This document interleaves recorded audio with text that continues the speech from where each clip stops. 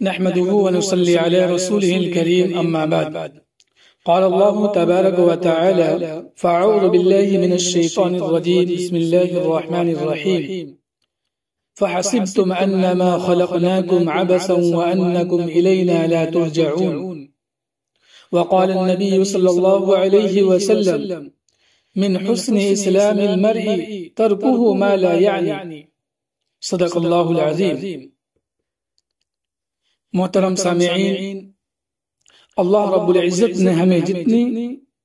نعمتیں عطا فرمائی ہیں ان میں زندگی ایک بہت بڑی نعمت ہے۔ زندگی ایک مقصد حاصل کرنے کے لیے دی گئی ہے۔ زندگی کو اللہ رب العزت نے بہت ہی مختصر رکھا ہے اور ساتھ میں یہ بھی سمجھا دیا ہے کہ یہ مختصر سی زندگی تم اپنی جنت اور آخرت بنانے میں گزارو۔ اس مقصد سے یہ بات معلوم ہوتی ہے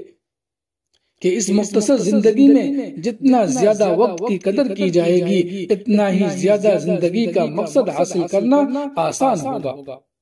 اور جتنا وقت کی ناقدری کی جائے گی، مثلا فضول اور بے مقصد کاموں میں وقت لگایا جائے گا، تو ہم زندگی کے مقصد سے اتنا ہی دور ہوتے جائیں گے۔ لغویات، لایانی اور فضول کاموں میں اپنا وقت ضائع کریں گے تو اس مقصد سے ہم دور ہوتے جائیں گے۔ ہمیں یہ بھی سمجھنا چاہیے کہ کوئی چیز اگر اپنے مقصد سے ہٹ کر استعمال کی جاتی ہے اس میں خرابیاں بڑھتی جاتی ہے۔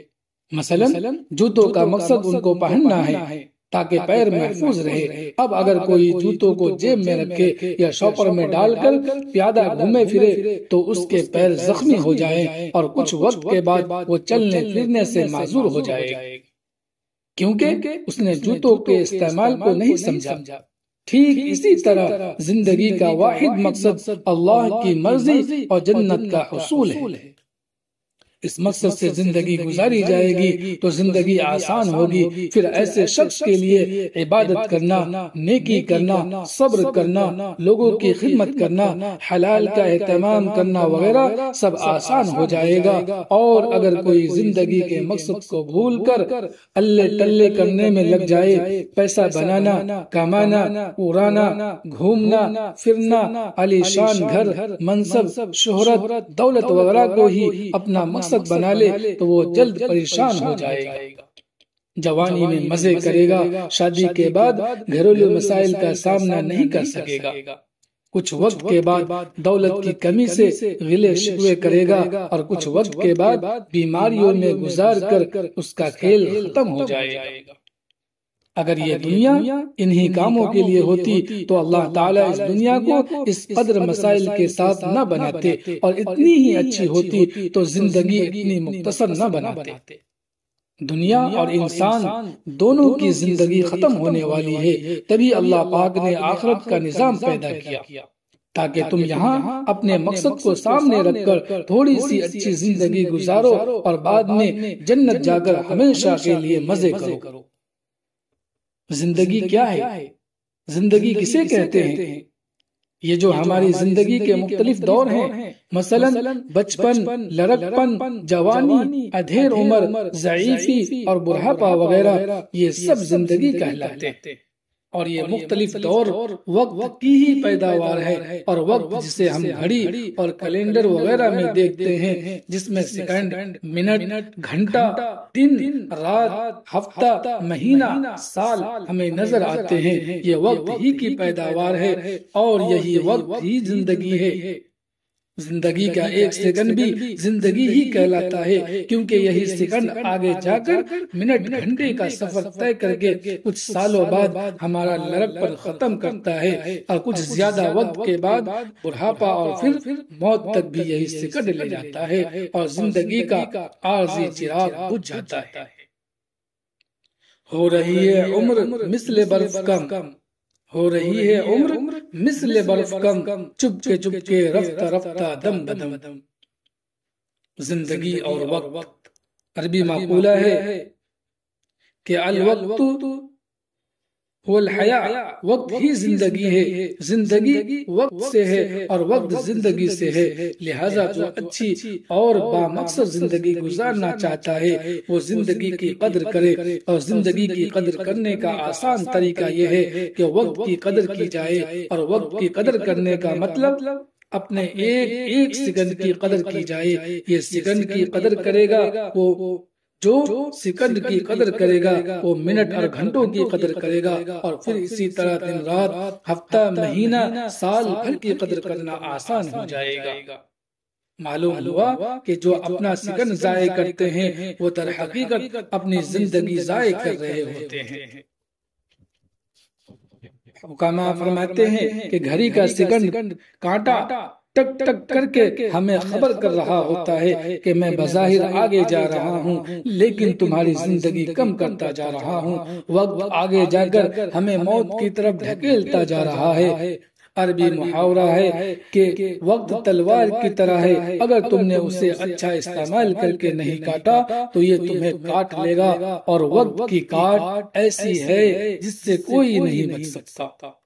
بچہ، جوان، بوڑھا، بادشاہ، امیر، غریب، سب اس کی زد میں آ جاتے ہیں، اور یہ بڑی بے رحمی سے اپنا کام تمام کر لیتا ہے۔ سدا عیش دورہ دکھاتا نہیں، سدا عیش دورہ دکھاتا نہیں، گیا وقت پھر ہاتھ آتا نہیں۔ شاعر کا مقصد یہ ہے کہ وقت ایک مرتبہ ہاتھ سے نکل جائے تو دوبارہ ہاتھ نہیں آتا، آج کا وقت نکل گیا تو دوبارہ موت تک نہیں آئے گا۔ اس لیے وقت کی قدر کا بہترین طریقہ یہ ہے کہ اپنے وقت کی قدر آج اور ابھی سے کی جائے، کل، پرسوں یا کسی معاملے کے سیٹ ہونے کا انتظار نہ کیا جائے۔ زندگی میں سیٹ ہونا ممکن نہیں، کیونکہ اللہ تعالیٰ نے سیٹ ہونے کے لیے جنت بنائی،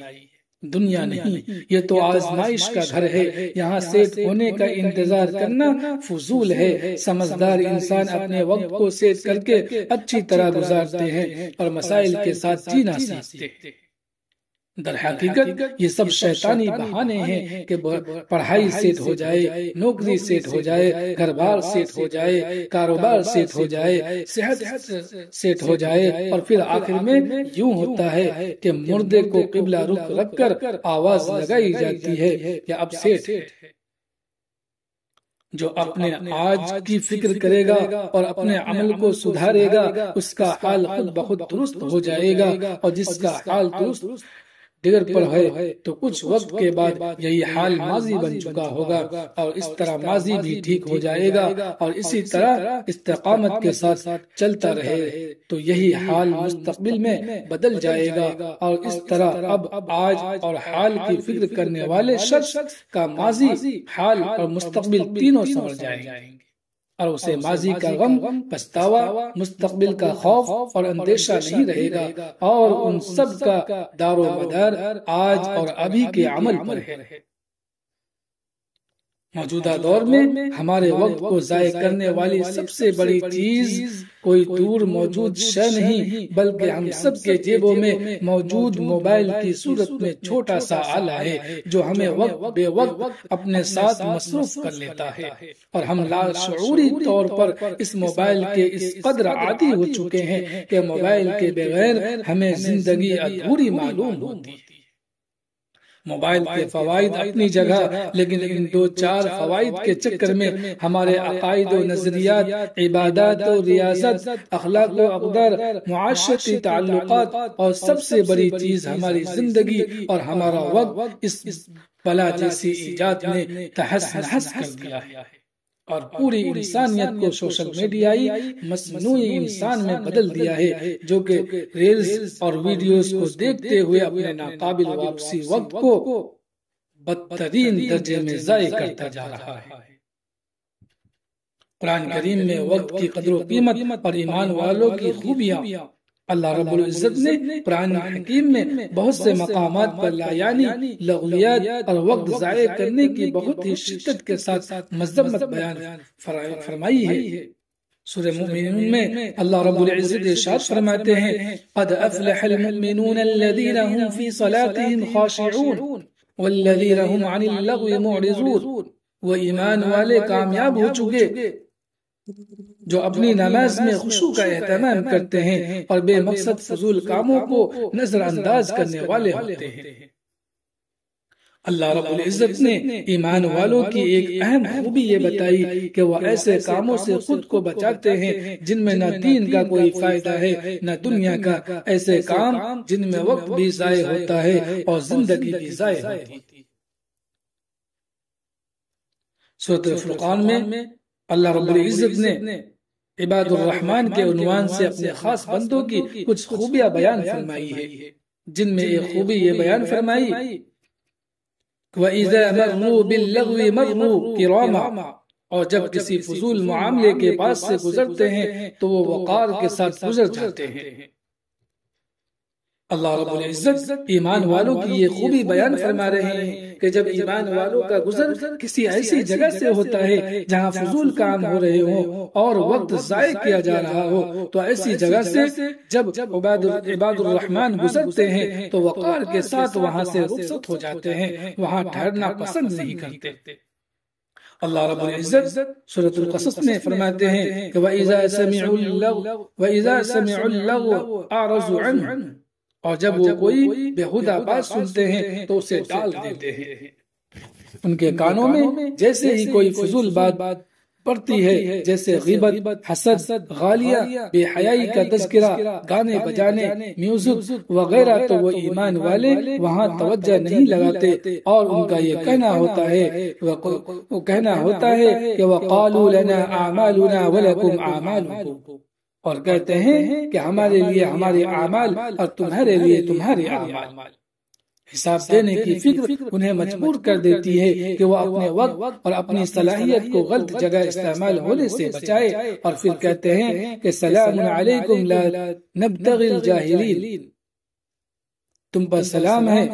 ہم نادان لوگوں سے الجھنا نہیں چاہتے۔ یہ کہتے ہوئے سلامتی کی راہ لیتے ہیں کہ ہم جاہلوں سے نہیں الجھتے، کیونکہ جاہل سے سر کھپانا دیوار پر سر مارنے جیسا ہے، جس سے اپنا ہی نقصان ہوتا ہے۔ سورہ حامیم سجدہ میں اللہ رب العزت ارشاد فرماتے ہیں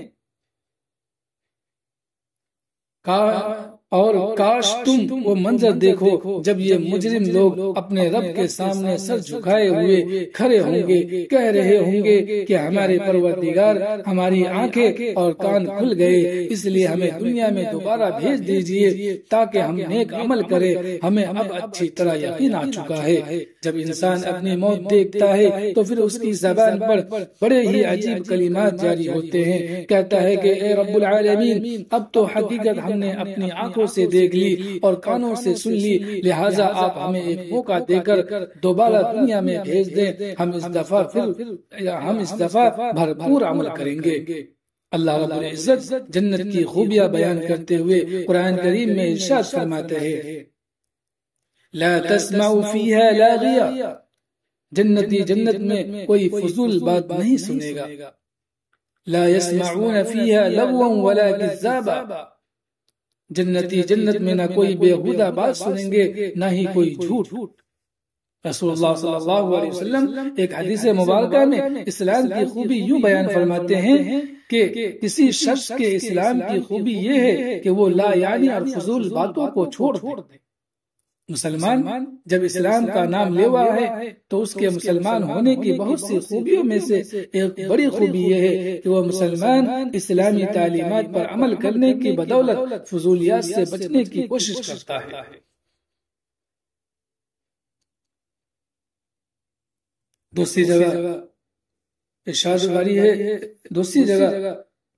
ارشاد فرماتے ہیں دو نعمتیں ایسی ہیں کہ اکثر لوگ ان نعمتوں کے حوالے سے دھوکے کا شکار ہیں۔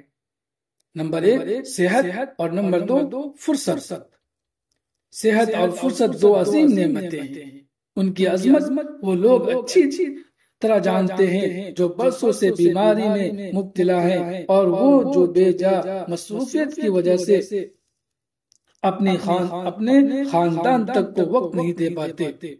نبی علیہ السلام کا یہ عظیم فرمان ہے کہ یہ دو نعمتیں ہیں تو بہت بڑی، لیکن ان سے متعلق دھوکہ بھی ایسا لگتا ہے کہ انسان بس یہ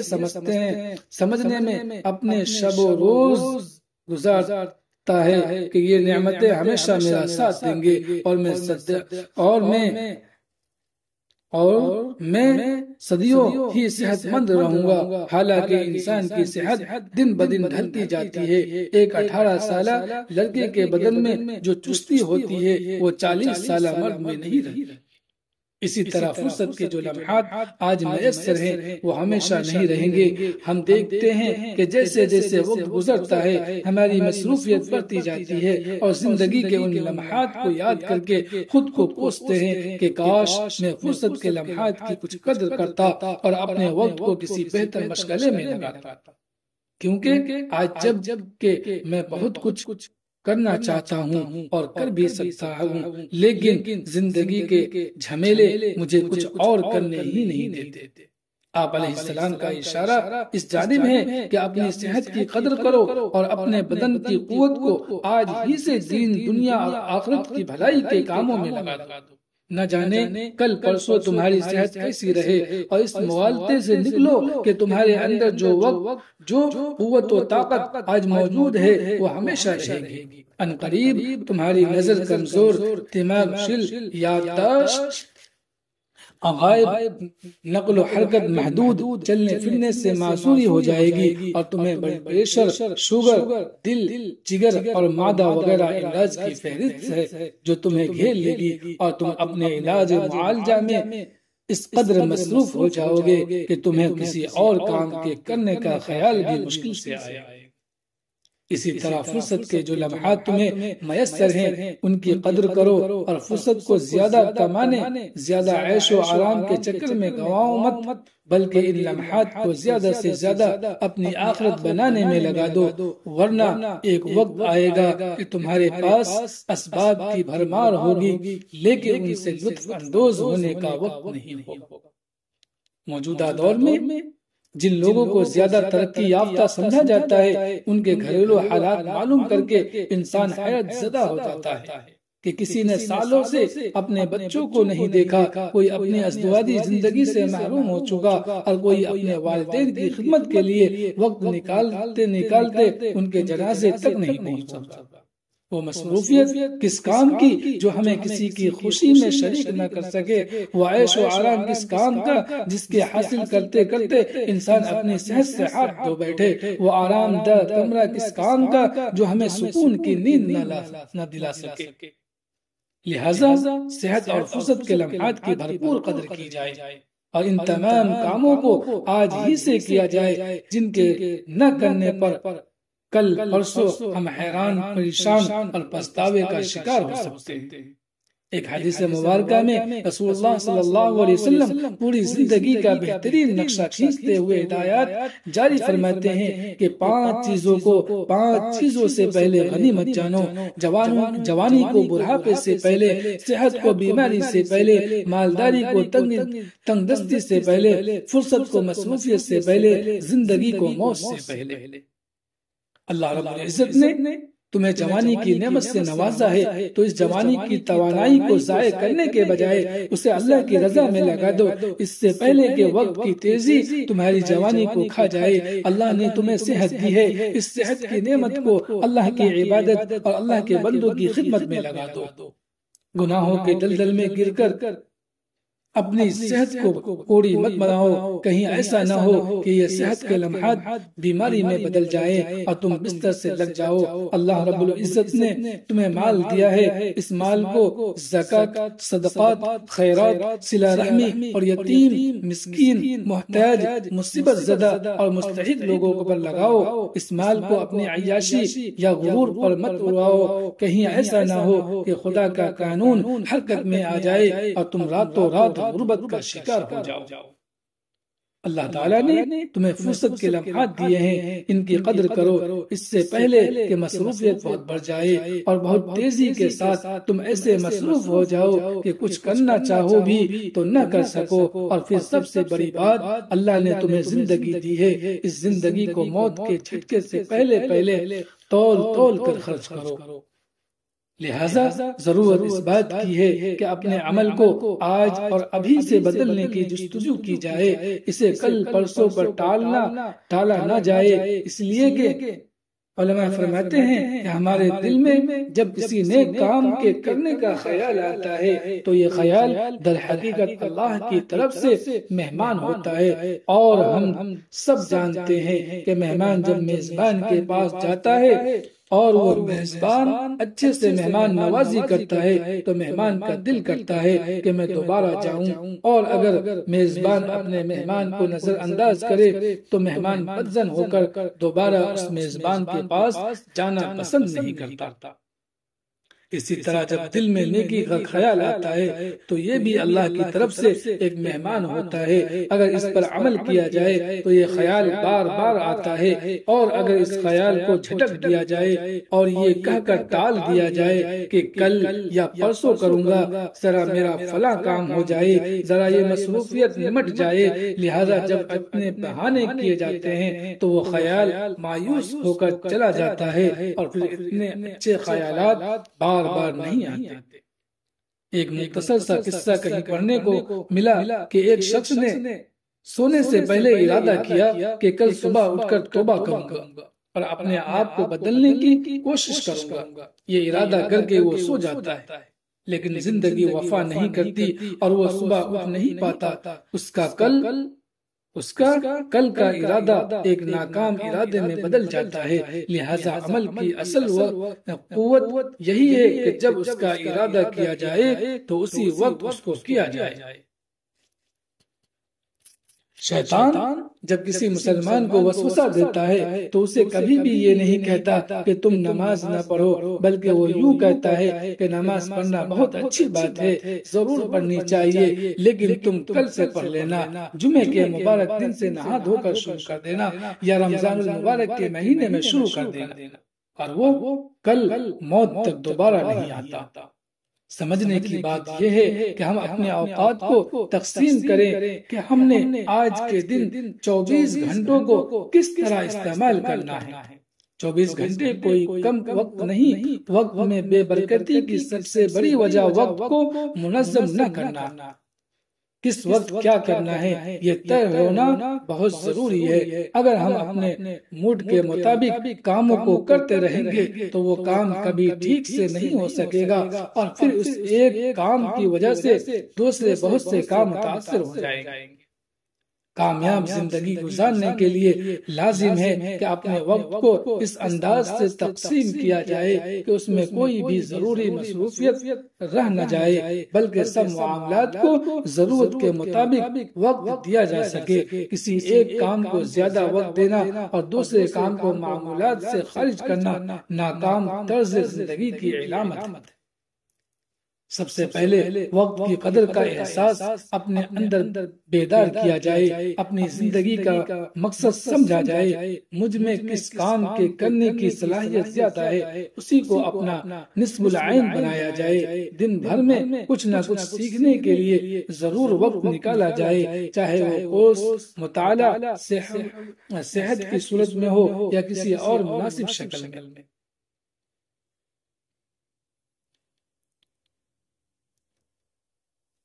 دن بھر میں کچھ نہ کچھ سیکھنے کے لیے ضرور وقت نکالنا جائے، چاہے وہ کورس، مطالعہ، صحبت کی صورت میں ہو یا کسی اور مناسب شکل میں۔ اپنے دن بھر کے اوقات کو 4 کاموں میں تقسیم کیا جائے۔ نمبر 1 عبادت، نمبر 2 معاش، نمبر 3 آرام، نمبر 4 خدمت۔ عبادت میں نماز، روزہ، ذکر، مناجات کا اہتمام ہو۔ معاش میں ہر وہ حلال مصروفیت جائز ہے جس سے ہمارا گزر بسر ہو جائے، لیکن اس کے لیے 8 گھنٹوں سے زیادہ کا وقت نہ لگے تو بہت بہتر ہے۔ مجبوری ہو تو الگ بات ہے۔ آرام میں روزانہ 7 گھنٹے کی نیند رات کو سویرے سو کر پوری کی جائے، اور 1 گھنٹہ قیلولہ کی سنت کی شکل میں ضرور آرام کیا جائے۔ آرام عشاء کے فوری بعد ہو تو نیند جلدی پوری ہوتی ہے، اور رات کے آخری پہر اٹھ کر عبادت کا موقع بھی مل جاتا ہے۔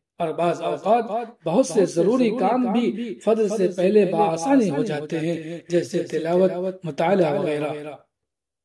خدمت میں لوگوں کی عیادت، تعزیت، والدین کی زیارت، علاج و معالجہ، اہل خانہ کو وقت دینا، ان کے ضروری کاموں میں ہاتھ بٹانا، بچوں کی تربیت، رشتہ دار، پڑوسی، دوست، احباب، متعلقین کے کام آنا، ان کے غم خوشی میں شریک ہونا، بیوہ، مسکین، یتیم، محتاج اور ضرورت مندوں کی مشکلات حل کرنا، یا کم از کم ان سے تسلی کے 2 کلمات کہنا۔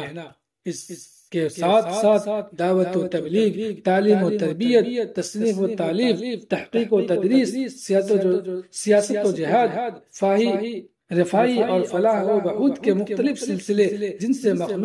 مخلوق خدا اور ملت کی خدمت کی جا سکتی ہے۔ ہر شخص ان میں سے کسی ایک سلسلے سے اچھی طرح جڑ جائے تو خدمت کا ایک وسیع کام سر انجام دے سکتا ہے۔ خواتین کے لیے خدمت کے ان تمام امور سے ہٹ کر ایک بہت بڑا باب یہ ہے کہ وہ اپنے گھر، شوہر اور بچوں کی خدمت میں خود کو لگائیں، جو کہ حدیث مبارکہ کے مطابق ان کے لیے بہت بڑی بشارت کا ذریعہ ہے۔ اور ساتھ ساتھ مرد حضرات اپنے گھریلو امور سے بے فکر ہو کر مخلوق اور امت کی جو خدمت کرتے ہیں اس کا اجر خواتین کو برابر ملتا رہتا ہے، کیونکہ خواتین کی گھریلو خدمات کی وجہ ہی سے وہ اتنے بڑے پیمانے پر کام کرنے کے لائق بنتے ہیں۔ خلاصہ یہ کہ جو اپنے وقت کی قدر کرے گا وہ اپنی زندگی کی قدر کرے گا، اور جو اپنی زندگی کی قدر کرے گا وہ اس زندگی کو منظم طریقے سے گزار سکے گا، اور جو منظم طریقے سے زندگی گزارے گا وہ دنیا اور آخرت دونوں میں کامیاب رہے گا انشاءاللہ۔ وآخر دعوانا الحمد للہ رب العالمین۔